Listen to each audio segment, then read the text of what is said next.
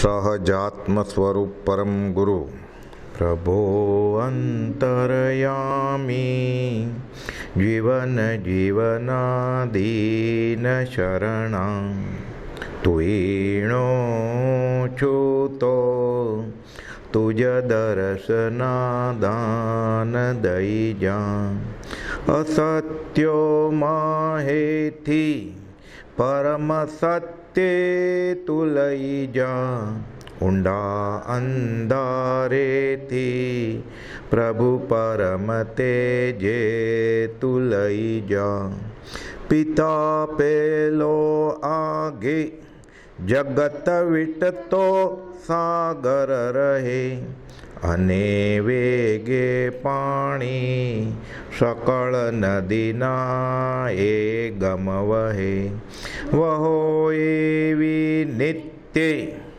મુજ જીવનની સાર્વજરણી દયાના પુણ્યોના પ્રભુ તુજ મહાસાગર બણી દયાના પુણ્યોના પ્રભુ તુજ મહાસાગર બણી અસત્યો માહેથી પરમ સત્ય તું લઈ જા. આપણે શ્રીમદ રાજચંદ્ર પ્રણીત મોક્ષમાળા શિક્ષાપદ 23 આવેલા સત્ય પાના નંબર 74. સામાન્ય કથનમાં પણ કહેવાય છે કે સત્ય આ સૃષ્ટિનું ધારણ છે અથવા સત્યના આધારે આ સૃષ્ટિ રહી છે. સત્યેન ધારિતે પૃથ્વી સત્યેન તપસ્તે રવિ સત્યેન વાયુસ્તે વાયુશ્ચ સર્વે વસ્તુ સત્યેન પ્રતિષ્ઠતી. સત્યને લીધે બધું ઊભું છે. સત્ય ન હોય તો બધું કકડભૂસ થઈ જાય. એટલે કહે છે સત્યના આધારે આ સૃષ્ટિ રહી છે.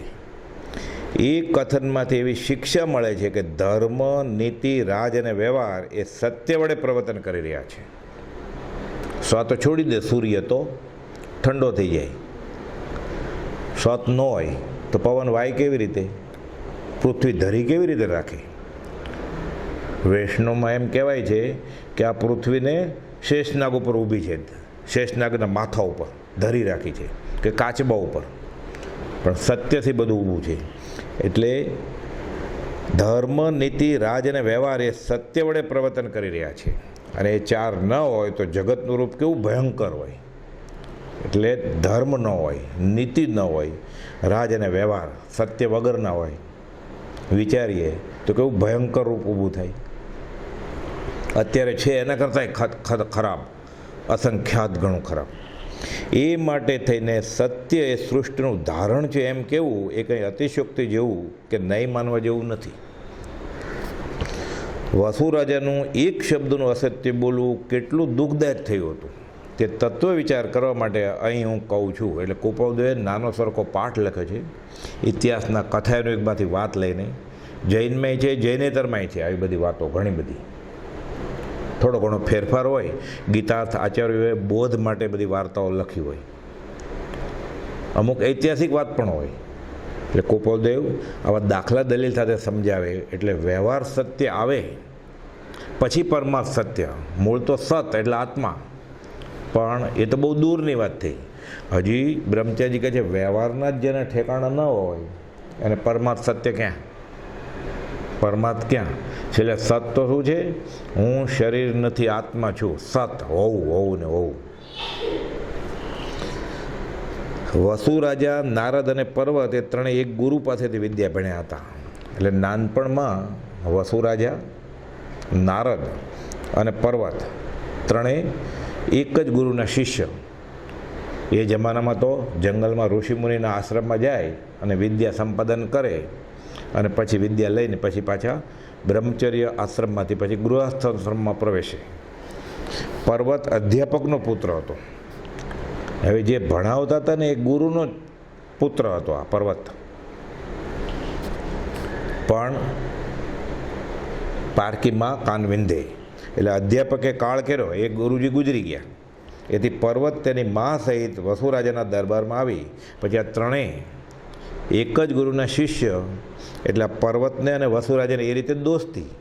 અને વસુરાજા તો પછી શરૂઆતમાં તો ચેલા હતા એટલે ગુરુ નહીં કહેવાય. એટલે કહે છે કે હવે આના પિતા ગુજરી ગયા છે એટલે અમે રાજમાં આશરો લઈએ છીએ.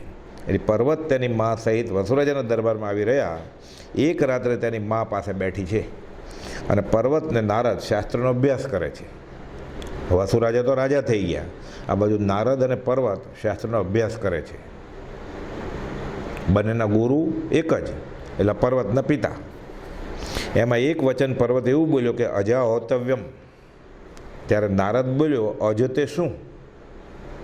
પર્વત પૂછે છે, એવું વાક્ય આવ્યું કે અજા હોતવ્યમ, એટલે પહેલાંના જમાનામાં યજ્ઞ કરે, બ્રાહ્મણો યજ્ઞ કરે અને ભાવુક લોકો પછી યજ્ઞમાં બેસે અને એમ સમજે કે પુણ્ય કમાશું અને સ્વર્ગે જાશું. એટલે આવું વાક્ય આવ્યું ભણતા ભણતા કે અજા હોતવ્યમ. એટલે અર્થ પૂછે છે નારદ પર્વતને કે આનો અર્થ તું શું સમજે છે? પર્વતે કહ્યું અજ એટલે બોકડો. નારદ બોલ્યો આપણે ત્રણેય જણ તારા પિતા કને ભણતા હતા. કોણ ત્રણેય જણ? પર્વત, નારદ અને વસુરાજા.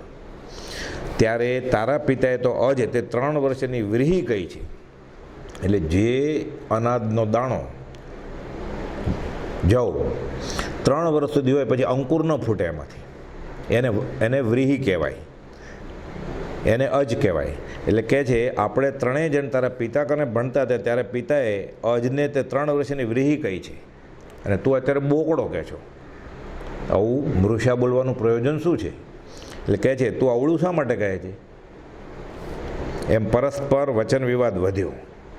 એટલે ઘણા સંસ્કારથી જ આડા હોય એટલે સાચું જાણે છે તો ખોટું બોલે છે. અને નારદ ભવી જીવ, સરળ સ્વભાવી અને અભ્યાસ માટે જ અભ્યાસ કરતો હતો, દેખાડવા માટે નહીં. એટલે કહે છે પર્વતે કહ્યું આપણને વસુરાજા કહે તે ખરું. પર્વતને ખબર પડી કે આ તો હું ખોટું બોલ્યો છું પણ હઠ પકડી રાખી.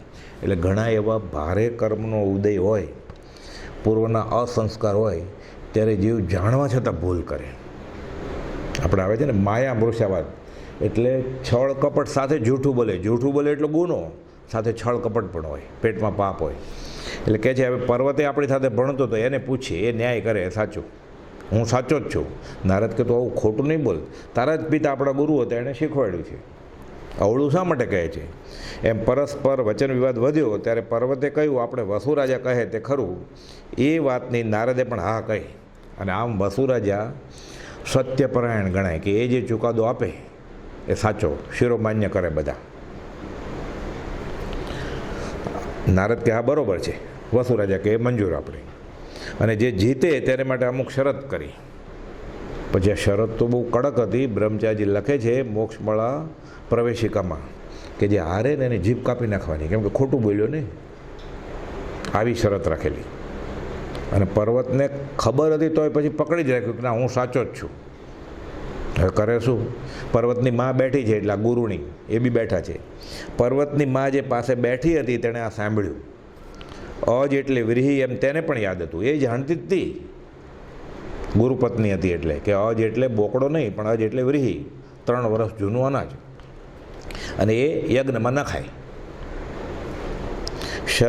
શરતમાં પોતાનો પુત્ર હારશે એવા ભયથી પર્વતની માં રાત્રે રાજા પાસે ગઈ. હવે રાજાને ભણાવેલો પોતાના પતિએ પૂછ્યું રાજા અજ એટલે શું? વસુરાજાએ સંબંધપૂર્વક કહ્યું અજ એટલે વ્રીહી. એને યાદ આવી ગયું કે આપણે ભણતા હતા પર્વત, નારદ અને હું, ત્યારે આ પૂછવા આવી છે પર્વતની માં કે અમને તમારા પતિ એટલે અમારા ગુરુજીએ શીખવાડ્યું છે કે આ વ્રીહી, અજ એટલે વ્રીહી. ત્યારે પર્વતની માએ રાજાને કહ્યું મારા પુત્રથી બોકડો કહેવાયો છે. પર્વતે કહી દીધું છે કે અજનો અર્થ વ્રીહી નહીં બોકડો થાય. અને હવે મોટી શરત લાગી છે નારદ સાથે, તમારે કાલે અમે ચુકાદો લેવા આવીએ ત્યારે ગમે તેમ કરીને અમારો પક્ષ કરવો જ પડશે. એટલે કેવું દબાણ લાવે છે કે મારા પુત્રથી બોકડો કહેવાયો છે માટે તેનો પક્ષ કરવો પડશે. તમને પૂછવા માટે તેઓ આવશે કાલે સવારે દરબારમાં બધાની વચ્ચે. ત્યારે તમે એમ નહીં કહેતા કે અજ એટલે વ્રીહી, એમ જ કહેજો કે અજ એટલે બોકડો, પર્વત સાચું બોલે છે. વસુરાજે બોલ્યો હું અસત્ય કેમ કહું? એ તો સત્યવાદી તરીકે પ્રખ્યાત હતા, મારાથી એ બની શકે નહીં. એટલે પર્વતની માએ કહ્યું પણ જો તમે મારા પુત્રનો પક્ષ નહીં કરો તો હું તમને હત્યા આપીશ, આપઘાત કરી નાખીશ, સ્ત્રી હત્યાનું પાપ. એ કાળમાં તો બ્રહ્મ હત્યા, ગો હત્યા, સ્ત્રી હત્યા બહુ ડરે લોકો કે નરકે જવું પડશે, કે જ્યાં હું આપઘાત કરું છું. એટલે કે તને સ્ત્રી હત્યાનું અને બ્રાહ્મણ કે બ્રાહ્મણી એની હત્યાનું પાપ ચડે એટલે જીવ છૂટે ક્યારે, એવા ડર સાથે રાજાને ડરાવે છે. રાજા વિચારવા પડી ગયો કે સત્ય વળી કરીને હું મણિમય સિંહાસન પર અદ્ધર બેસું છું. હવે કથામાં એમ આવે છે કે આ વસુરાજા એટલા સત્યવાદી હતા કે એના પ્રભાવથી, સત્યના પ્રભાવથી એનું સિંહાસન અદ્ધર રહેતું હવામાં. એટલે કે મણિમય સિંહાસન પર હું અદ્ધર બેસું છું અને આ સત્યનો પ્રભાવ છે. જો હું જૂઠ બોલીશ કે સત્યનો આગ્રહ નહીં રાખું તો મારી નાક કપાઈ જશે, આબરૂ શું અને પ્રખ્યાત દેશ વિદેશમાં. એટલે કે જે સત્યના પ્રભાવ થકી તો હું મણિમય સિંહાસન પર અદ્ધર બેસું છું, લોક સમુદાયને ન્યાય આપું છું. લોક પણ એમ જાણે છે કે રાજા સત્ય ગુણે કરીને સિંહાસન પર અંતરિક્ષ પર બેસે છે. હવે કેમ કરવું? એની કીર્તિ ચોમેર ફેલાયેલી કે એટલા સત્યવાદી છે કે એનું સિંહાસન હવામાં અદ્ધર લટકે છે સત્યના પ્રભાવે. જો પર્વતનો પક્ષ ન કરું તો બ્રાહ્મણી મરે છે, એ વળી મારા ગુરુની સ્ત્રી છે, રાજા વિચારે છે. એક તો બ્રહ્મ હત્યા લાગે બ્રાહ્મણીની, સાથે પાછા પોતાના ગુરુની પત્ની છે અને કહી ગઈ છે, વચન લઈ ગઈ છે કે આમ કરશો તો આમ, નહીં તો આપઘાત કરી નાખીશ. ન ચાલતા ઠેરે રાજાએ બ્રાહ્મણીને કહ્યું, તમે ભલે જાઓ, હું પર્વતનો પક્ષ કરીશ. કહે છે બ્રાહ્મણ કે જાઓ તમે, કાલે સવારે પૂછશે એટલે હું કહીશ કે અજ એટલે બોકડો, વ્રીહી નહીં, જાણવા છતાં ખોટું બોલી છે. આવો નિશ્ચય કરાવીને પર્વતનીમાં ઘેર આવી. પ્રભાતે નારદ, પર્વત અને તેની મા વિવાદ કરતાં કરતાં રાજા પાસે આવ્યા. નક્કી કરેલું કે આપણે પર્વત કે વસુ રાજા કે એ સાચું. એટલે રાજા અજાણ થઈ પૂછવા લાગ્યો કે પર્વત શું છે, કેમ આવું થયું, કે હા મુશ્કેલી શું ઊભી થઈ છે. કે પર્વતે કહ્યું, રાજાધિરાજ અજ તે શું તે કહો. રાજાએ નારદને પૂછ્યું, તમે શું કહો છો? રાજાને તો બધું ખબર જ છે, આખો પ્રસંગ. આગલા દિવસે રાત્રે એ બ્રાહ્મણી અને પર્વત આવીને બધા ખુલાસા કરી જ ગયા છે. તો એ રાજા અજાણ થઈને પૂછે છે, નારદ તમે શું કહો છો? એટલે નારદ કહે છે, અજે તે 3 વર્ષની વ્રીહી. નારદને તો પૂર્ણ વિશ્વાસ હતો કે હું કહું છું એ જ જવાબ સાચો છે, તમને ક્યાં નથી સાંભળતું. નારદને બધા સાથે ભણતા હતા, એટલે કે તમે અમારી સાથે જ ભણ્યા છો અને આ ક્યાં એવી અઘરી વસ્તુ છે કે 3 વર્ષ જૂનું અનાજ હોય એને વ્રીહી કહેવાય, તમને ક્યાં નથી સાંભળતું. વસુરાજા બોલ્યો, અજ એટલે બોકડો પણ વ્રીહી નહીં. ચુકાદો આપ્યો રાજાએ. આમે રાજાનો ચુકાદો શિરોમાન્ય કરવો પડે અને આ તો સત્યવાદી રાજા તરીકે ઓળખાય છે. એટલે કહે છે, અજ એટલે બોકડો પણ વ્રીહી નહીં. તે જ વેળા દેવતાએ સિંહાસનથી ઉછાળી હેઠો નાખ્યો. સત્યનો પ્રભાવ ઓસરી ગયો, જૂઠ બોલ્યો એટલે સિંહાસન પડ્યું નીચે અને વસુ તત્કાળ દેહ છૂટી જાય છે અને અધોગતિ એ જાય છે. આ ઉપરથી આપણે સગળાએ સત્ય તેમજ રાજાએ સત્ય અને ન્યાય બંને ગ્રહણ કરવા રૂપ છે એ મુખ્ય બોધ મળે છે. એટલે એ જમાનામાં ભારતમાં પણ રાજાશાહી હતી. એટલે કોપોદેવ બોધ આપે છે મોક્ષમાળાના પાઠમાં કે આ ઉપરથી આપણે સગળાએ સત્ય તેમજ રાજાએ તો સત્ય ન્યાય બંને ગ્રહણ કરવા રૂપ છે. એટલે સામાન્ય વ્યવહારમાં એટલે પર્વત સત્ય જ બોલવું જોઈએ એની માં, અને જે રાજા છે એમ તો સત્ય તો બોલવું જોઈએ, સાથે ન્યાય પણ આપવો જોઈએ, અન્યાય ન કરાય. કેમ કે એનો ચુકાદો શિરોમાન્ય લાગે. ભોળા બાળા સરળ જીવો હોય એના આગળ આશરો લઈને આવે કે આ રાજા સત્યનો પક્ષ લેશે. એટલે કે રાજાને કુપોદેવે તો સુબોધ સંગ્રહમાં અને નાનપણમાં ઘણી બધી એવી કવિતાઓ રચી છે કે રાજાઓ કેવા હોવા જોઈએ, કેવા નીતિવાન હોવા જોઈએ, કેટલો કર નાખવો જોઈએ, કેમ આજીવિકા પોતાની ચલાવવી જોઈએ, લોકોને હેરાનગતિ કર્યા વગર, નીતિ સાથે ધર્મ, અને તો એ રાજા તો પછી એની સદગતિ થાય. નહીં તો ઈડરના રાજાએ પૂછેલું ને કે એમ કહેવાય છે, કહેવત છે વ્યવહારમાં કે તપેશ્વરી તે રાજેશ્વરી અને રાજેશ્વરી તે નરકેશ્વરી. આ સાચું છે? કુપોદેવને ઈડરના રાજા પૂછે છે. આ કુપોદેવ બેઠા પછી સમાગમમાં કહે છે કે સામાન્ય રીતે જો રાજા સંસ્કારી હોય, ધર્મનું આચરણ કરતો હોય, સદાચારી હોય તો આ નિયમ લાગુ ન પડે. પણ ભોગ વિલાસમાં રચોપચો રહે અને વ્યસનો સેવે, પ્રજાને આકરા કર નાખે તો પછી આ કહેવત બરાબર છે. એટલે કહે છે રાજાને તો સત્ય અને ન્યાય બંને ગ્રહણ કરવા રૂપ છે. એ બોધ મુખ્યમાં મળે છે. એટલે આટલી નાની ઉંમરે કૃપાદેવ, આ તો 16 વર્ષે લખી મોક્ષમાળા, સાવ નાની ઉંમરે એવી કવિતા રચતા અને રાજાને એ રીતે બોધ આપતા કે રાજાએ પ્રધાને કેવી રીતે વ્યવહાર કરવો જોઈએ. હવે બ્રહ્મચાર્યના અર્થ કર્યા છે મોક્ષમાળા વિવેચનમાં. શિક્ષાપદ 23 સત્ય. આપણે વાત આવી એમ બ્રહ્મચારી લખે છે, શેષ નાગ ઉપર પૃથ્વી રહેલી છે એમ વૈષ્ણવોની માન્યતા છે. એટલે પુરાણોમાં બધી એવી વાતો હોય કે કાચબા ઉપર આખી પૃથ્વી ઊભી છે, શેષનાગના માથા ઉપર ઊભી છે, પછી શેષનાગ હલ્લે કે નાગ અને નાગણી એ હલ્લે એટલે ધરતીકંપ થાય. એટલે કહે છે પણ ખરો પૃથ્વીનો આધાર તો સત્ય છે. અહીંયા તો અધ્યાત્મની વાત છે. ખરેખર પૃથ્વી એક ગ્રહ છે. પૃથ્વી શેષનાગ ઉપર પણ નથી ઊભી રહેતી, પૃથ્વી કાચબા ઉપર નથી ઊભી રહેતી, અને પૃથ્વી એક ગ્રહ છે. જેમ શનિ, મંગળ, સૂર્ય આ બધા ગુરુત્વાકર્ષણના નિયમ પ્રમાણે ઊભા રહે છે. અને અધ્યાત્મમાં કે સત્યથી પૃથ્વીનો આધાર સત્ય છે એમ સમજવાનું છે. અને પદાર્થ વિજ્ઞાનની દૃષ્ટિએ વિચાર કરીએ તો નાગ ઉપર ઊભી રહીને શેષનાગ ઉપર ઊભી રહે એ વાત જ નથી. અધ્યાત્મમાં સત્ય ઉપર અને વ્યવહારે આ બધા ગ્રહો છે, ફિઝિક્સના નિયમ પ્રમાણે બધું છે એમ વૈષ્ણવની માન્યતા છે. પણ ખરો પૃથ્વીનો આધાર સત્ય છે, કારણ કે ધર્મ, નીતિ, રાજ અને વ્યવહાર એ સંસારના 4 મુખ્ય પાયા સત્યને આધારે ટક્યા છે. કયા પાયા? ધર્મ, નીતિ, રાજ અને વ્યવહાર. ધર્મ, સત્ય વિના ધર્મ પ્રગટ થતો નથી. ધર્મ એટલે મૂળ આત્માનો ગુણ પ્રગટ કેવી રીતે? અસતથી. વ્યવહાર સત્ય, પછી પરમાર્થ સત્ય આવે. પરમાર્થ સત્યમાં આત્માનું લક્ષ્ય રાખીને બોલે, ભગવાને જે જોયું અને કહ્યું તે સત્ય છે. હવે પરમાર્થ સત્યમાં તો આત્માનું લક્ષ્ય રાખીને જીવન વ્યવહારમાં વર્તે, પણ હવે વ્યવહારમાં જે ખોટું બોલતો હોય તો આત્માનું લક્ષ્ય રહે જ ક્યાંથી? નીતિને માનનાર અસત્ય બોલતા નથી. સત્યને આધારે પ્રમાણિકપણું, ન્યાય વગેરે નીતિના નિયમો ટકી રહે છે. એટલે ધંધા રોજગારમાં, જીવન વ્યવહારમાં પણ જો નીતિ ટકાવી હોય તો સાથે સત્ય જોઈએ, અસત્ય ન ચાલે.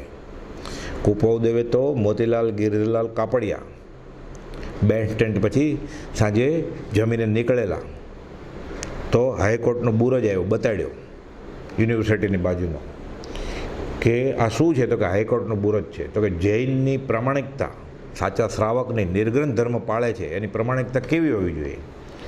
તો કે આ હાઈકોર્ટમાં બેસે છે એ જજ કરતાં ન્યૂન તો નહીં જ, એની કરતાં વધારે. એટલે શ્રાવક એવો હોવો જોઈએ સત્ય અને નીતિથી જીવન વ્યવહાર કરે કે સામેવાળા એના વચનોને ઉપર વિશ્વાસ રાખે.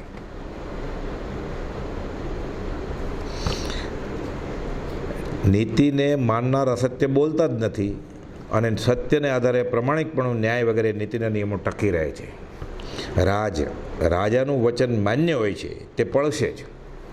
પહેલાંના જમાનામાં રાજાઓ તાંબાના પતરા પર લખી આપતા. એટલે કંઈ એવી બોલાચાલી થાય, ઝઘડો થાય એટલે રાજા પાસે આવે ચુકાદો લેવા માટે. પછી મૂળ વાત કરે, રાજા મંત્રી બધા નક્કી કરે કે સત્ય શું છે ને અસત્ય શું છે.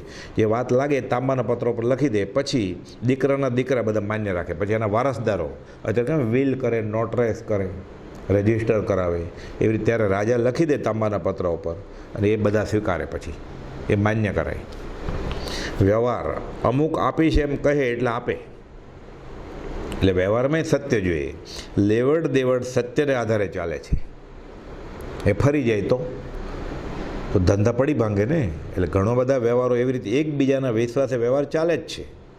દેશ પરદેશ સાથે પહેલાંના જમાનામાં એવી રીતે બંદર માર્ગે, દરિયાઈ માર્ગે વેપાર થતા, બધું વિશ્વાસે ચાલે. હાસ્યથી જૂઠું બોલે તો પણ કર્મ બંધાય. એટલે ઘણીવાર મજાક કરવા માટે, મશ્કરી, ઠઠ્ઠા મશ્કરી, જોક, હાસ્ય કરે તો હાસ્ય ન કશાય છે. અને હાસ્યથી જૂઠું બોલે તો પણ કર્મ બંધાય. અને પછી એ ધાર્મિક રીતે તો ન કશાયમાંથી કશાય જન્મે. અહીંયા તો વ્યવહારમાં શું થાય? જૂઠું બોલતો થઈ જાય, ટેવ પડી જાય. પછી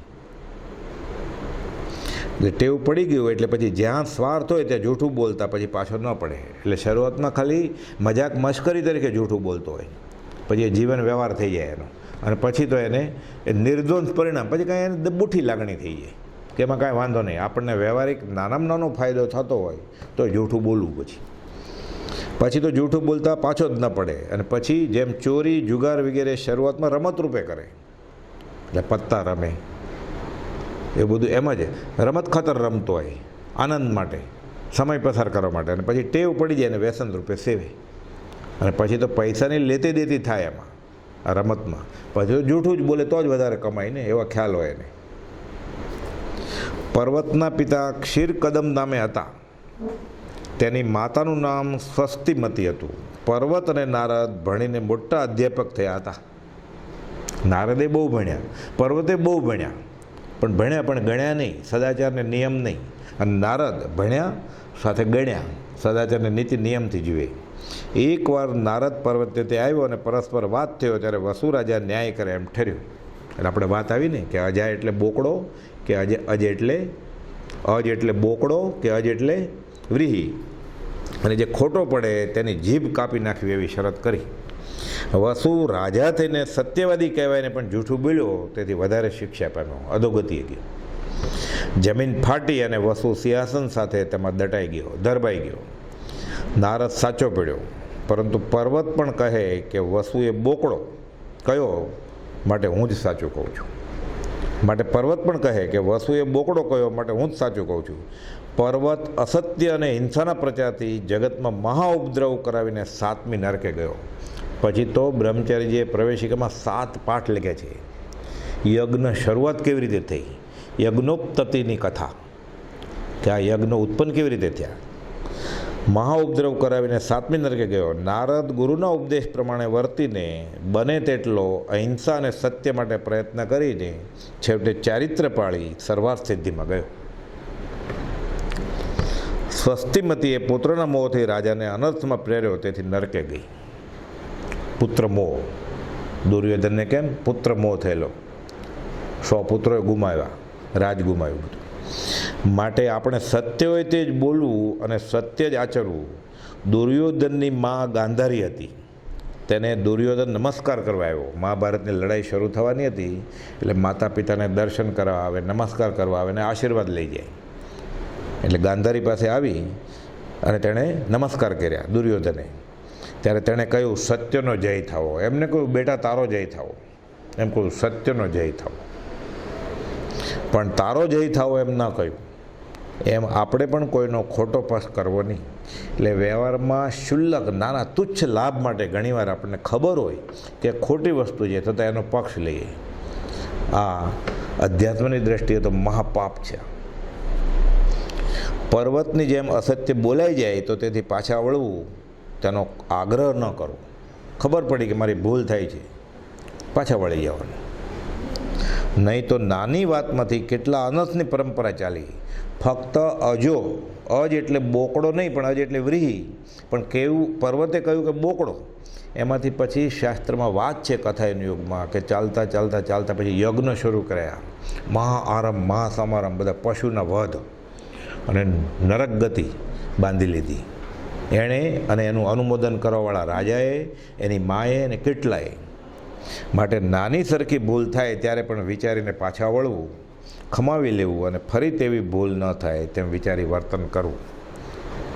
એટલે મૂર્છાવાદ આ તો બીજું પાપ સ્થાનક છે. અહિંસા એ જ મુખ્ય ધર્મ છે, પણ તેની રક્ષા માટે બાકીના 4 વ્રત વાડ રૂપે છે. અહિંસા પછી સત્ય એ બીજું વ્રત છે. મૃષાવાદ, વિરમણ વ્રત, એનાથી અહિંસર્વત રક્ષાય છે. એટલે સાધુ તો સત્ય જ બોલે, પરમાર્થ સત્ય જ, પણ શ્રાવકે પણ 5 અણુવ્રતમાં બીજું અણુવ્રત ગણાય છે. સત્ય, હિત, મિત અને પ્રિય શાસ્ત્ર અનુસાર બોલે. પાછું ક્રોધ, માન, માય, લોભ રહિત વચન બોલવું. એટલે ઘણીવાર વ્યવહાર સત્ય લાગે, પણ હકીકતમાં એ ક્રોધ કે કશાય મિશ્રિત હોય તો એ અસત્ય જ છે. સાચું બોલે તેને માયા વગેરે કરવી ન પડે ને બેફિકર રહે. એ બ્રહ્મચારીજીએ લંબાણમાં કુપોદના વચનો બધા ભેગા કરી અને બીજી શાસ્ત્રની પણ વાતો રાખી, અને આખો પ્રવેશિકામાં એક પાઠ લખ્યો છે કે સત્ય બોલવા વિશે. શિક્ષા પાઠ 30 સત્ય બોલવા વિશે.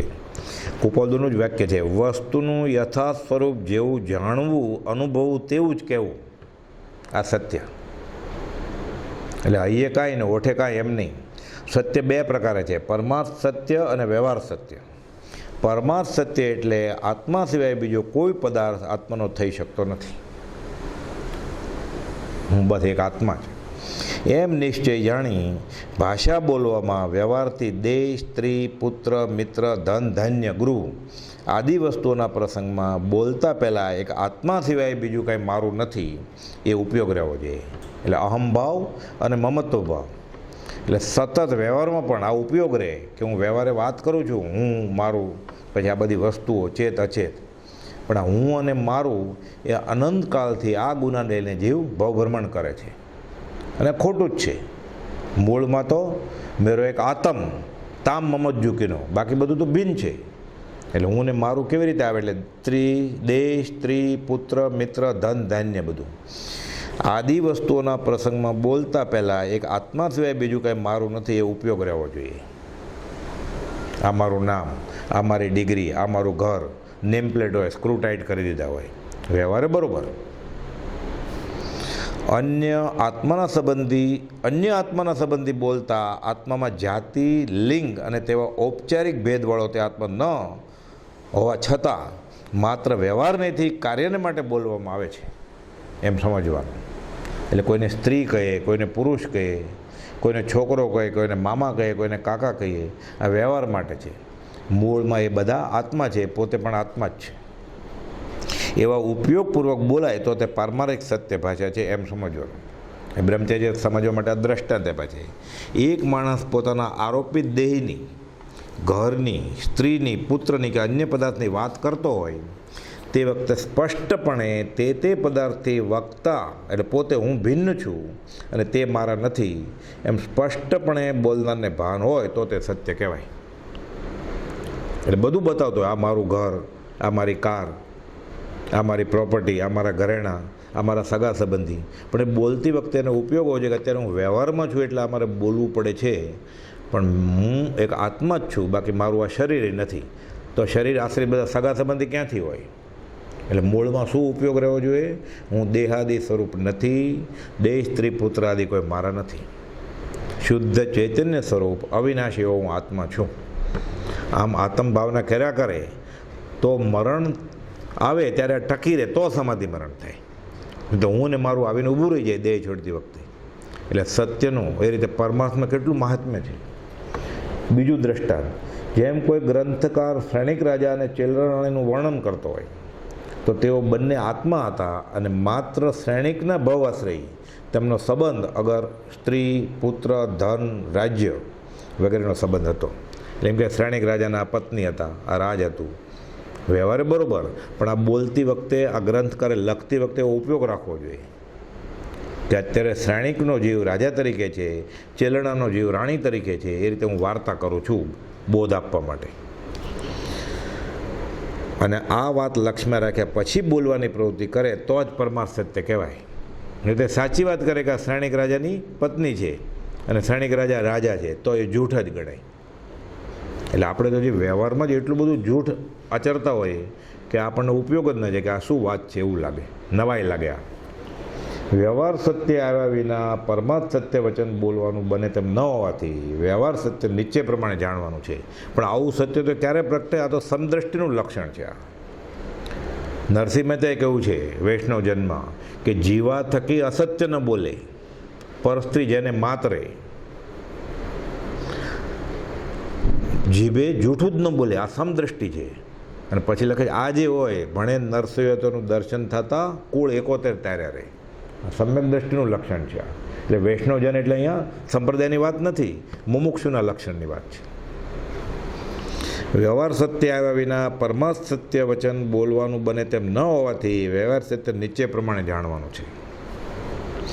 જેવા પ્રકારે વસ્તુનું સ્વરૂપ જોવાથી, અનુભવવાથી, શ્રવણથી અથવા વાંચવાથી આપણને અનુભવવામાં આવ્યું હોય તેવા જ પ્રકારે યથાતથ્યપણે વસ્તુનું સ્વરૂપ કહેવું, તે પ્રસંગે વચન બોલવું તેનું નામ વ્યવહાર સત્ય. એટલે જોયું હોય કાંઈ અને પછી ખોટી સાક્ષી આપે, ખોટા ખુલાસા કરે, ખોટી વાતો કરે, ઉપજાવે વાત, કાં અડધી કરી નાખે કાં ડબલ કરી નાખે. જેમ જોયું યથાર્થ, જેવું જાણ્યું જોયું એવું કહી દેવાનું, સરળતા, આ ગુણ છે પરમાર્થ પામવાનો. વિશાળ બુદ્ધિ, મધ્યસ્થતા અને સરળપણું જોઈએ. દ્રષ્ટાંત, જેમ કે અમુક માણસનો લાલ અશ્વ જંગલમાં દિવસે 12 વાગે દીઠો હોય અને કોઈના પૂછવાથી તે જ પ્રમાણે યથાતથ્ય વચન બોલવું તે વ્યવહાર સત્ય છે. કેવા કલરનો ઘોડો ગયો તો કહી દે, લાલ કઈ બાજુ ગયો તો કહી દે કે ભાઈ ઉત્તર દિશાએ ગયો છે. આમાં પણ કોઈ પ્રાણીના પ્રાણનો નાશ થતો હોય, અગર ઉન્મત્તાથી વચન બોલાયું હોય, અદ્યપી ખરું હોય તો પણ અસત્ય તુલ્ય છે એમ જાણી પ્રવૃત્તિ. એટલે સાચું કે ઘોડો આ બાજુ ગયો છે, હરણ આ બાજુ ગયું છે અને કોઈ શિકારી પાછળ પડ્યો છે, તો તે સાચું બોલે છે છતાં એ સાચું છે જ નહીં. કેમ? એમાં હિંસા રહેલી છે. એટલે આ સત્ય બહારથી તો સત્ય લાગે પણ હિંસા મિશ્રિત છે. એનું પરિણામ હિંસા આવવાનું છે. તો એને કહેવું જોઈએ કે મને ખબર નથી. કાં તો અનુકંપા ભાવે, દયા ભાવે ખોટું પણ બોલે, ખોટી દિશા બતાડે કે આ બાજુ હરણ ગયું છે. એટલે આવા બધા શાસ્ત્રમાં ઉપદેશ કથા કહીને બોધ આપેલા છે. યદ્યપી ખરું હોય તો પણ તે સત્યતુલ્ય છે એમ જાણી પ્રવર્તવું સત્યથી વિપરીત તેને અસત્ય કહેવાય છે. હવે આપણે મુનિ સાધુ બધી વાત કરીએ એમ, એટલે ખરા મુનિ કોણ? આત્મજ્ઞાન તે મુનિ પણ. ગોપાલદેવ આત્મસિદ્ધિમાં લખ્યું છે ને, મુનિ એ નામ પણ આ પૂર્વોક્ત રીતે વિચારીને વચન બોલવાથી સત્ય છે. ઘણું કરીને પ્રયોજન વિના બોલવું જ નહીં તેનું નામ મુનિપણું છે. એટલે બોલ્યા ન કરે, આત્માર્થે છૂટ રાખે, વ્યવહારમાં કાંઈ બોલે જ નહીં. આ મુનિપણું. રાગ દ્વેષને અજ્ઞાન વિના યથાસ્થિત વસ્તુનું સ્વરૂપ કહેતા, બોલતા છતાં પણ મુનિ મૌનપણું જાણવું. એટલે આત્માર્થની વાત કરતા હોય તે મૌનમાં જ ગણાય, અને આત્માર્થ સિવાયની વાત કરતા હોય એટલે બધું બોલ્યો એટલે મૌન કેનું? એ સાચું બોલ્યો હોય તોય પછી જૂઠ કહેવાય. કેમ કે એને બોલવાનું જ નથી. વ્યવહારની વાતમાં તો વિકથામાં રસ લેવાનો જ નથી. એ દેશ કથા, રાજકથા, સ્ત્રી કથા, ભોજન કથા, આ બધું ન બોલવા જેવી વાત છે. એટલે મૃષામાં ના ખાતામાં આવે. પછી પૂર્વ તીર્થંકર આદિ મહાત્માઓએ આમ જ વિચાર કરી મૌનપણું ધારણ કરેલું. ગોપાલે લખ્યું છે ને, ભગવાન મહાવીરે સર્વસંગ પરિત્યાગ કર્યો પછી 12.5 વર્ષ સુધી મૌનપણું સેવ્યું.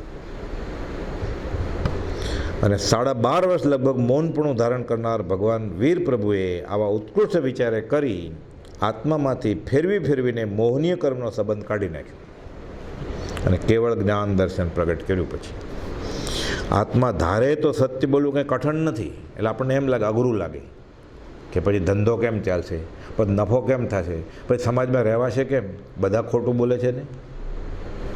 આત્મા ધારે તો સત્ય બોલવું કંઈ કઠણ નથી. વ્યવહાર સત્ય ભાષા ઘણીવાર બોલવામાં આવે છે, પણ પરમાર્થ સત્ય બોલવામાં એવું નથી. માટે આ જીવનું ભાવ પ્રમાણ મળતું નથી. કદાચ વ્યવહારમાં સત્યવાદી પણ હોય, પણ પરમાર્થ સત્ય જ્યાં સુધી ન બોલે, ઉપયોગ ન રહે ત્યાં સુધી સમદ્રષ્ટિપણું ન આવે તો જીવ છૂટે કેવી રીતે? સમ્યકત્વ થયા બાદ અભ્યાસથી પરમાર્થ સત્ય બોલવાનું થઈ શકે છે. એટલે હું શરીર નથી, આત્મા છું એમ પરોક્ષે પણ પ્રતીતિ આવે, પછી એની બોલતી વખતે એનો ઉપયોગ રહે. નહીં તો કાકા એ કાકા જ લાગે, મામા એ મામા જ લાગે, પત્ની એ પત્ની જ લાગે. મૂળમાં એ બધા આત્મા જ છે અને પોતે પણ આત્મા જ છે. અને પછી વિશેષ અભ્યાસ એ પછી સહજ ઉપયોગ રહ્યા કરે છે. પછી જ્ઞાનીને તો એક બોલતા હોય, કાશીને રમાડતા હતા ત્યારે શું કહેતા હતા? નામ, તારું નામ શું? તો કાશી. તો કે ના, તું આત્મા છો. ઉપયોગ એ જ હોય. એને ખબર હોય કે આ મેં જે તેડી છે એ મારી દીકરીએ નથી, હું એનો પિતાય નથી. અનુત્પન્ન એવા જીવ પિતા પુત્ર થઈ શકતા નથી. વચનામૃત 510 એને પૂર્ણ પ્રતીતિ હોય. હવે આપણે રાચી માચીને જન્મદિવસ ઉજવતા હોઈએ, પોતાના સગા સંબંધીના, પોતાના સ્નેહીઓના, મિત્રોના અને પોતાના કહેવાતા ગુરુજીના, તો આ પરમાર્થ સત્ય ક્યાંથી આવે? ને પરમાર્થ સત્ય ન આવે તો ધર્મ કેવી રીતે ચડે? જ્ઞાનની ક્યાં વાત છે? મુમુક્ષુતા નથી. આ ગોપાલદેવ તો લખ્યું છે 510માં કે આ તો કેવું મૃષા છે આ. એટલે સત્સંગની ઈચ્છાવાળા જીવને પણ આ ન ચાલે. સંકિત તો બહુ દૂર લ્યો, હજી મુમુક્ષતા જ નથી આ, જો આવું કરતો હોય તો. એટલે કહે છે વિશેષ અભ્યાસે પછી સહજ ઉપયોગ રહ્યા કરે છે. અને અભ્યાસ વગર કેવી રીતે થાય? અભ્યાસ કરવો પડે. અને અનાદિકાલથી જ આવું કરતો જ આવ્યો છે. અને મનુષ્ય દેહ મળ્યો એટલે વિચાર સહિત વાચા મળી, એટલે તરતમ જોગરે તરતમ વાસના. એટલે આનો અનઅભ્યાસ કરવો પડે. આ જે કરે છે એનો રાચી માચીને જે સત નથી એને સત સમજીને કરે છે. એટલે ગોપાલ 6 પદના પત્રમાં લખ્યું ને, મોક્ષના ઉપાયમાં અનભ્યાસ, અપરિચયને ઉપશમ, એટલે અમે અનભ્યાસ કરવો પડે આનો. અહીંયા કુપોદય લખે છે અભ્યાસે, વિશેષ અભ્યાસે સહજ ઉપભોગ રહ્યા કરે છે. એટલે આ બધું કરવાનો અનભ્યાસ કરે તો ધીરે ધીરે છૂટે. એ તો ગળે જ કેમ ઉતરે એને? પછી પોતે કરે, એના ઘરના આશ્રિત બધા કરે, એના મિત્રો કરે, એને હોશિયાર માનતો એ બધા કરે, એને ગુરુજી માનતો એ બધા ચેલા કરે. એટલે બધા સાથે પછી જાય. પામે તેનો સંગ તે બુડે ભવમાય. અસત્ય બોલ્યા વિના માયા થઈ શકતી નથી. છળ કપટ થાય જ કેવી રીતે જો સત પકડી રાખ્યું હોય તો? અસત્ય બોલ્યા વિના માયા થઈ શકતી નથી. વિશ્વાસઘાત કરવો તેનો પણ અસત્યમાં સમાવેશ થાય છે. એટલે આવે છે ને થાપણ વળવે કોઈની, મૂકી ગયો કાંઈ વાંધો નહીં, એને ઉપર એટલો વિશ્વાસ મૂક્યો હોય, બધાની આવક પોતાની મૂકી ગયો હોય, ઘરેણે મૂકી ગયો હોય કે અહીંયા સલામત રહેશે, દગો દે. વિશ્વાસઘાત કરવો તેનો પણ અસત્યમાં સમાવેશ થાય છે. મોટા દસ્તાવેજો કરવા, ખોટા ખોટા લાંબા લાંબા દસ્તાવેજો કરે, બધું જૂઠ હોય અંદર, સહી સિક્કા કરે, સોગન ખાય, ભગવાનને સોગન ખાય, ધર્મને વચમાં લાવે. કુપોદય લખ્યું છે ને પાયને માટે ધર્મ શાક કાઢે. કેટલો નફો થાય જ ને, મને ફાયદો થાય જ ને, ધર્મ બાજુમાં. પછી છૂટે કેવી રીતે જીવ? છૂટવાની તો વાત દૂર રહી, જે આવું કરતો હોય એને વ્યવહારમાં પણ પછી સુખ ન હોય. તો બીજા ભાવે કર્મ ફળે એવું જરૂરી નથી. આવું બધું કર્યું એટલે મન શાંત હોય જ નહીં, અશાંત હોય. એ કેવી રીતે સમાધિમાં રહી શકે એ જીવ? ખોટા દસ્તાવેજો કરવા તે પણ અસત્ય જાણવું. અનુભવવા યોગ્ય પદાર્થનું સ્વરૂપ અનુભવ્યા વિના અને ઇન્દ્રિયથી જાણવા યોગ્ય પદાર્થનું સ્વરૂપ જાણ્યા વિના ઉપદેશ કરવો તે પણ અસત્ય જાણવું. હજી જાણ્યું નથી અને ગુરુજી થઈ જાય. મુખથી જ્ઞાન કથે અને અંતરનો છૂટ્યો મોહ તે પામર પ્રાણી કરે. માત્ર જ્ઞાનીનો દ્રોહ અનંત જ્ઞાનીઓના ગુનામાં આવે છે. એ કહેતા આરાધક જ રહેવું, જિજ્ઞાસુ રહેવું, મુમુક્ષુ જ રહેવું અને જ્ઞાનીના ગુણગ્રામ ગાવા, તો સહેજે સહેજે સમ્યક દર્શન થઈ જાય. પદાર્થનું સ્વરૂપ જાણ્યા વિના ઉપદેશ કરવો તે પણ અસત્ય જાણવું. એટલે નિશ્ચયની વાતો તો કરવાની જ નહીં. ભક્તિની છૂટ, જ્ઞાનીના ગુણગ્રામની છૂટ, વિષય કશાય જાય એવા જ્ઞાનીના વચનોને આધારે સમાગમ કરવાની છૂટ. નિશ્ચયની વાત કરે. પછી તો વાંચી લીધું હોય, તર્ક શક્તિ હોય, થોડો ક્ષયોપશમ હોય, જ્ઞાનીને માપવા માંડે. આ બધું મૃષાવા જૂઠમાં આવે છે. જૂઠ સાથે જ્ઞાન આવણીય કર્મ બાંધે, અનંત કર્મ બાંધે, અનંતાનુબંધી કર્મ બાંધી લે. પદાર્થનું સ્વરૂપ જાણ્યા વિના ઉપદેશ કરવો તે પણ અસત્ય જાણવું. તો પછી તપ પ્રમુખ માન આદિની ભાવનાથી કરી આત્મહિતાર્થ કરવા જેવો દેખાવ તે અસત્ય હોય જ એમ જાણવું. એટલે ધર્મની કરણી પણ કરે, પોતે ધર્મિષ્ઠ છે દેખાવા માટે. આ અનંતાનુબંધી માયાના પ્રકારમાં ગણ્યું છે શાસ્ત્રમાં કે મને લોકો ધર્મિષ્ઠ ગણે. કુપોદય પ્રભુશ્રીને કહેલું લોક દેખામણ તપશ્ચર્યા કરવી નહીં, કે લોકોને દેખાડવા માટે પ્રભુશ્રીએ સર્વસંગ પરિત્યાગ નહોતો કર્યો, પણ તો પણ લોક દેખામણ તપશ્ચર્યા કરવી નહીં. અને મને લોકો ધર્મિષ્ઠ કહેશે તો સારું ને. લોકો સમકીથી કહેતો. કુપોદય લખ્યું છે 729માં, લોક દ્રષ્ટિનું વિચક્ષણપણું અને લોકમાન્ય ધર્મ શ્રદ્ધાવાનપણું પ્રત્યક્ષ ઝેરનું ગ્રહણ છે. ઝેર ઉપાડ્યું તમે મરશો, પોતે પોતાનો વેરી થાય છે. 702માં અનુપચંદ મલુકચંદે લખ્યું છે, ભરૂચના શેઠને, ધર્મનું ઘણું જ્ઞાન, બધા બોધ આપે, સાધુ સાધુને શીખવાડે, વિધિકાર મોટા, બધું જાણે. મોટું તીર્થસ્થળ હજી પણ હયાત છે એના નામનું. લોક સમુદાય કોઈ ભલો થવાનો નથી. આ મહાત્મ્ય છોડો. કુંવરજી આણંદજી ભાવનગરવાળા ત્રિષષ્ઠી છેલ્લાકા પુરુષનું ભાષાંતર પ્રથમ કરનાર, સર્વપ્રથમ ગુજરાતીમાં ભાષાંતર કર્યું. એને કહેલું કુપોદય જ્ઞાતિનું, સમાજનું આગળ પડતા થઈને કામ કરવું છે ને ધર્મિષ્ઠ કહેવડાવવું છે. વૃત્તિ કાબૂમાં કેવી રીતે આવશે? અને વૃત્તિનો ક્ષય ન થાય તો સમાધિ ક્યાં? અને સમાધિ વગર સમકિત કેવી રીતે આવે? મિથ્યા સમતા આવે. એ કહે છે તપ પ્રમુખ માન આદિની ભાવનાથી કરી આત્મહિતાર્થ કરવા જેવો દેખાવ તે અસત્ય હોય જ એમ જાણવું. અખંડ સમ્યક દર્શન આવે તો જ સંપૂર્ણપણે પરમાર્થ સત્ય વચન બોલી શકાય. છેલ્લે તો પછી તો બેફાટ પરમાર્થ સંકિત થાય પછી જ સત્ય વચન બોલાય. પણ વ્યવહારે જીવ અસત્ય ટાળે, જીવ મૃષાવાદ ટાળે, સહેજમાં જૂઠ ન બોલે તો બોલી શકાય. પછી માહોરો થઈ જાય, પ્રેક્ટિસ થઈ જાય. એટલે કે તો જ આત્મામાંથી અન્ય પદાર્થ ભિન્નપણે ઉપયોગમાં લઈ વચનની પ્રવૃત્તિ થઈ શકે.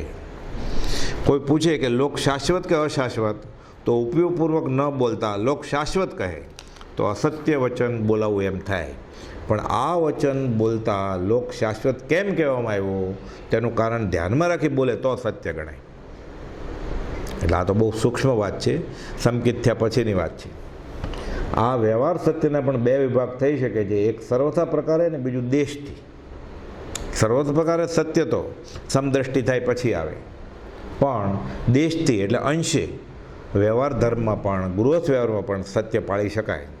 નિશ્ચય સત્ય પર ઉપયોગ રાખીને પ્રિય એટલે જે વચન અન્યને અથવા જેના સંબંધમાં બોલાયું હોય ત્યારે પ્રીતિકારી હોય અને પથ્ય ગુણકારી હોય એવું જ સત્ય વચન બોલનાર સર્વવિરતિ મુનિરાજ પ્રાય હોઈ શકે છે. એટલે આવું નિયમથી તો મુનિરાજ સર્વપ્રથમ પરિત્યાગી સાધુને હોય, પણ કોપોલે લખ્યું છે વચન શાંત, મધુર, પ્રિય, સત્યને સોચ બોલવાની સામાન્ય પ્રતિજ્ઞા લઈ અને આજના દિવસમાં પ્રવેશ કરજે પુષ્પમાળામાં.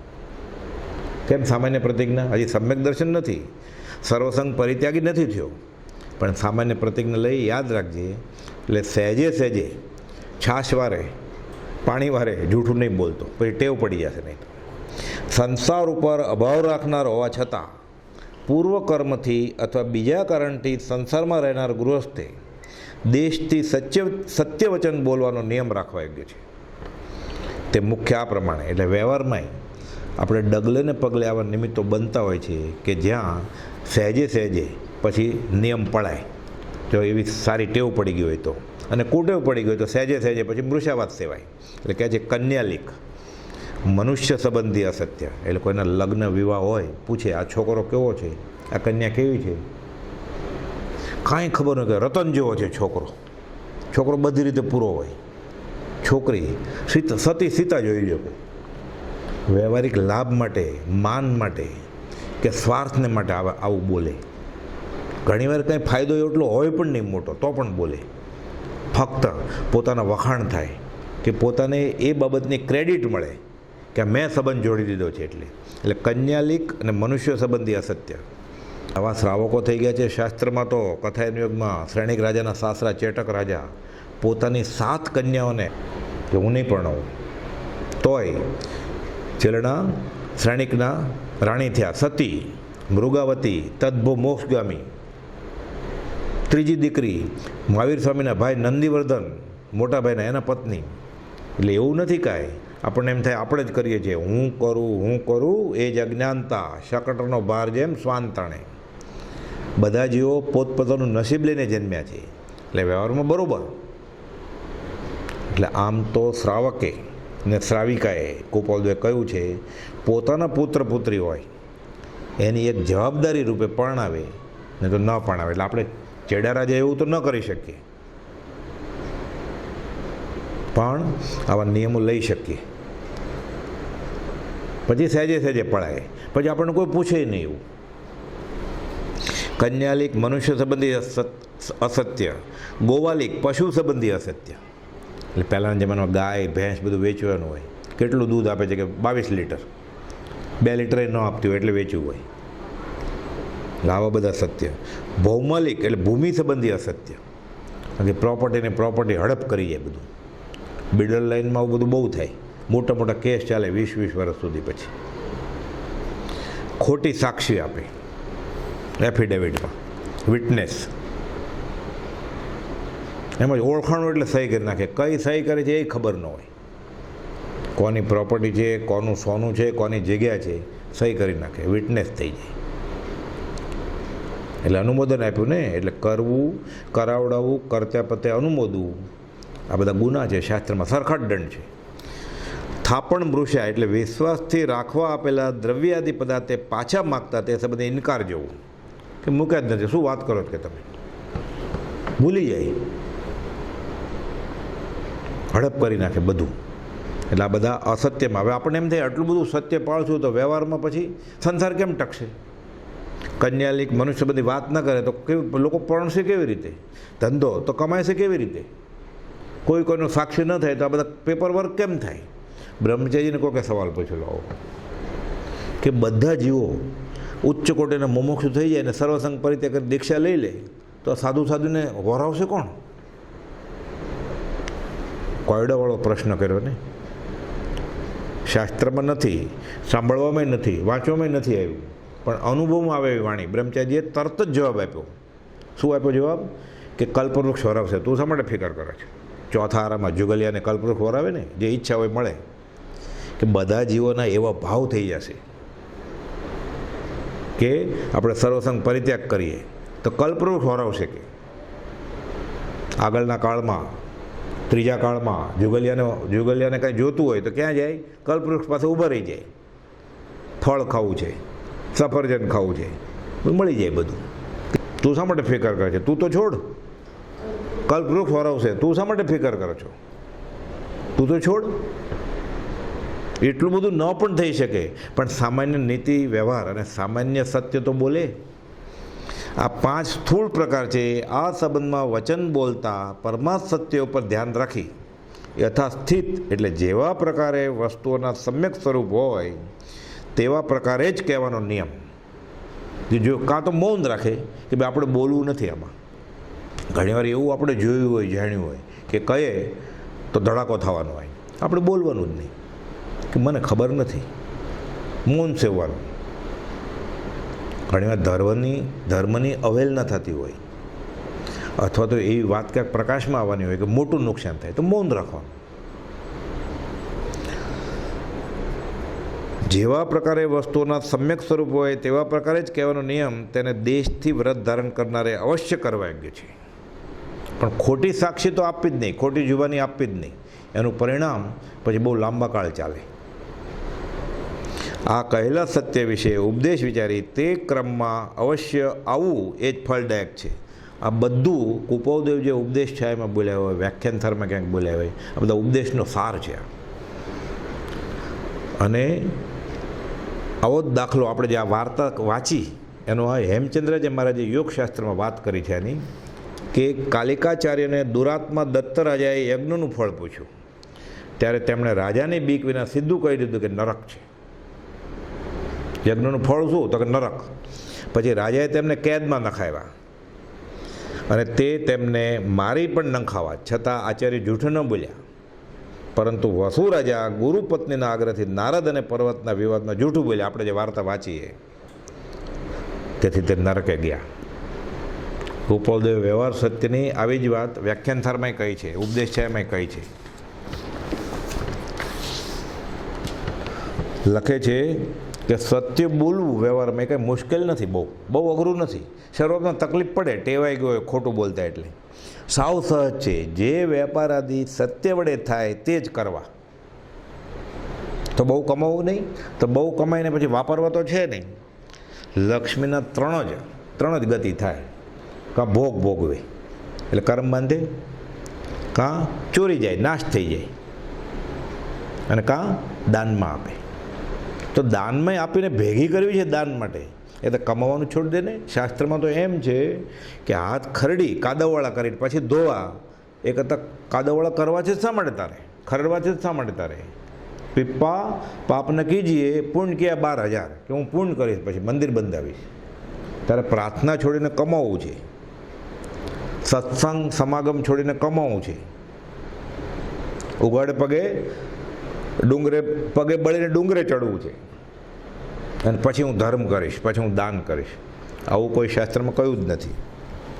એટલે કહે છે સાવ સહજ છે. સત્ય બોલવું એ કંઈ મુશ્કેલ નથી. જે વેપાર આદિ સત્ય વડે થાય તે જ કરવા. જો 6 મહિના સુધી એમ વર્તાય તો પછી સત્ય બોલવું સહજ થઈ જાય છે. આપણે પ્રેક્ટિસ કરવા જેવું છે. ગોપાલદેવે રીત બતાવી છે કે 6 મહિના સુધી નિયમ લેવાનો કે હું ખોટું નહીં બોલું. ભલે આજ્ઞા લઈને પચકાણ ન લઈએ, ઘણા વર્ષોની ટેવ પડી ગઈ હોય જૂઠ બોલવાની, એટલે પણ મનમાં નિયમ ધારી રાખો કે હું ખોટું નહીં બોલું. ટકાવી રાખે 1 મહિના 2 મહિના. એટલે ગોપાલદેવ કહે છે 6 મહિના સુધી એમ વર્તાય તો પછી સત્ય બોલવું સહજ થઈ જાય છે. સત્ય બોલતા કદાચ થોડો વખત પ્રથમ થોડું નુકસાન પણ થાય એવું લાગે ને, પરીક્ષા થાય, કર્મ પરીક્ષા કરે, પણ પછી અનંત ગુણનો ધણી જે આત્મા તે આખો લૂંટાઈ જાય છે, તો લૂંટાતું બંધ પડી જાય પછી. એટલે શરૂઆતમાં થોડો નફો ઓછો થાય, થોડી ગ્રાહકી પણ ઘટે એવું લાગે, અને એવું થાય પણ લાંબે ગાળે એનું ફળ બહુ મોટું હોય છે. અનંત ગુણનો ધણી જે આત્મા તે આખો લૂંટાઈ જાય, તે લૂંટાતો બંધ પડે છે. અને પછી તો એકવાર વ્યવહારમાં શાખ પડી જાય કે ફલાણા શેઠ ધંધામાં ક્યારેક ખોટું નથી કરતા, પછી દૂર દૂરથી એની પાસે જ આવે બધા, એવા વકીલ, એવા ડૉક્ટર, એવા ઘી તેલના વેપારી, એવા અનાજ કરિયાણાના વેપારી. પછી એની શાખ હોય એટલે 25 દુકાન હોય, એમાં એક દુકાને બહુ ગર્દી હોય. કેમ? એની શાખ હોય કે આ ખોટું નથી કરતા. સત્ય બોલતા ધીમે ધીમે પછી સહજ થઈ જાય છે, અને થયા પછી વ્રત લેવું, પહેલાં નિયમ રાખવાનો, પછી એમ થાય હું ટકી રહીશ, એટલે વ્રત ભંગનો અપરાધી ન થાય. પછી વ્રત લઈ લેવું, અભ્યાસ રાખવો, કેમ કે ઉત્કૃષ્ટ પરિણામવાળા આત્મા વિરલા છે. એવી જ વાત ગોપાલદેવ વ્યાખ્યાનથારમાં કહી છે કે જ્યાં સુધી મૃષ્યા અને પરસ્ત્રીનો ત્યાગ કરવામાં આવે નહીં, ત્યાં સુધી સર્વ ક્રિયા નિષ્ફળ છે. એટલે મૃષ્યાવાદ અને પરસ્ત્રી એટલે આ બંને મહા મોટા ગુના છે. આ જ વાત આપણે વાત કરીને કે પરસ્ત્રી જેને માત્રે, જીવા થકી અસત્ય ન બોલે, પરસ્ત્રી જેને માત્રે, વૈષ્ણવ જન તો તેને રે કહીએ. એટલે આ ખરો મુમુક્ષુ એમ. વૈષ્ણવ એટલે અહીંયા સંપ્રદાયની વાત નથી. સાચો મુમુક્ષુ કોણ, સાચો સાધક કોણ, સાચો આત્માર્થી કોણ, અહીં એ જ વાત આવી. ગોપાલદેવ કહે છે જ્યાં સુધી મૃષ્યા અને પરસ્ત્રીનો ત્યાગ કરવામાં આવે નહીં, ત્યાં સુધી સર્વક્રિયા નિષ્ફળ છે.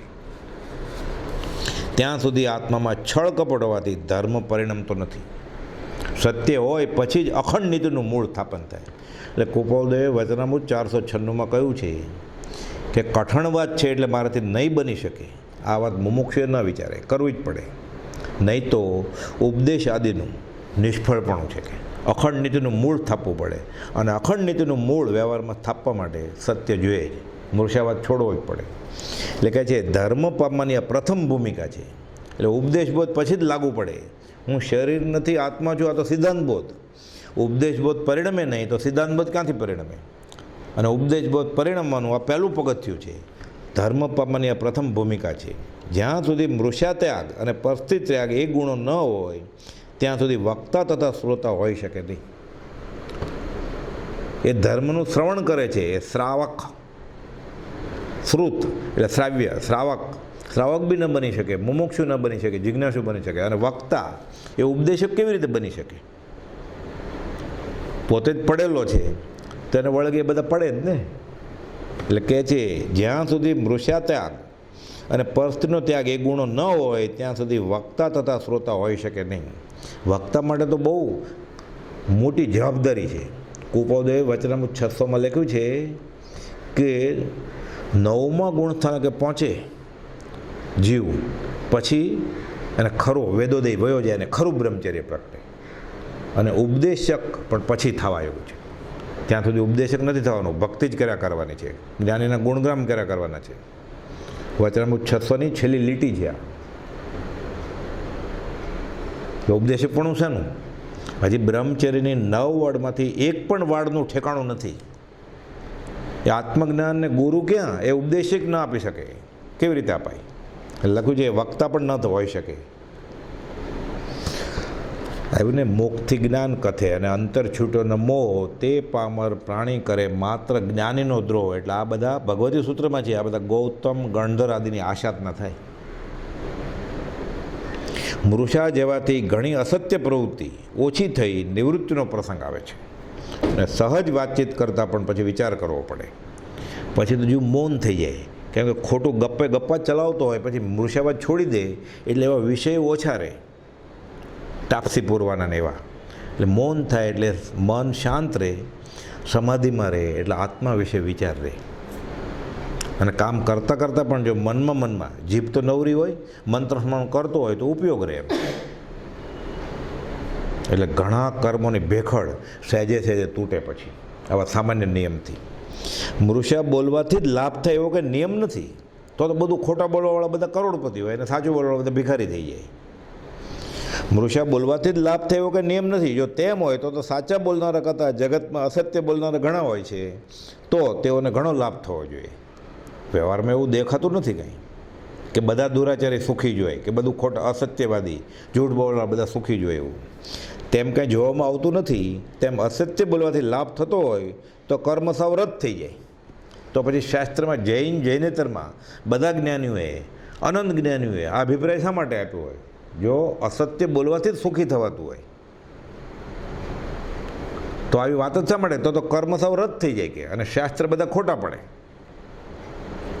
એટલે સત્યનો જય છે. શરૂઆતમાં તકલીફ પડે, સત્યનો જય છે, પ્રથમ મુશ્કેલી જણાય, પણ પાછળથી સત્યનો પ્રભાવ થાય અને તેની અસર સામા માણસ તથા સંબંધમાં આવનાર ઉપર પણ થાય.